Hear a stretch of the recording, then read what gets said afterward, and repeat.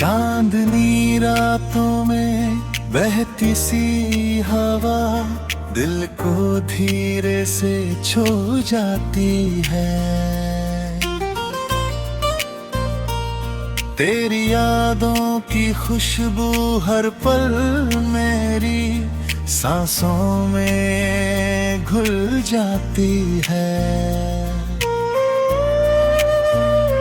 तारों की छाया में तेरा चेहरा सपना बनकर मुस्काता है। दिल की हर धड़कन तेरा नाम धीमे धीमे दोहराता है। भीगी पलकें जब झुकती है तो तेरा ख्याल उतराता है। सूने रास्तों पर तेरी आहट मन को जीना सिखा जाती है। सावन की बूंदों में तेरा स्पर्श मन को शीतल कर जाता है। हर टूटे ख्वाब को तेरी उम्मीद फिर से जुड़ जाती है।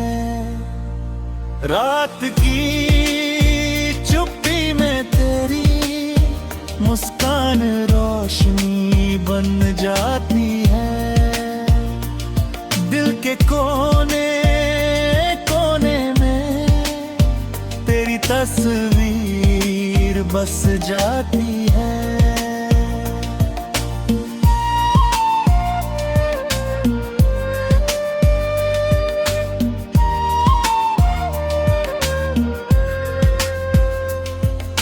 सुबह की पहली किरण तेरा नाम होठ तक ले आती है।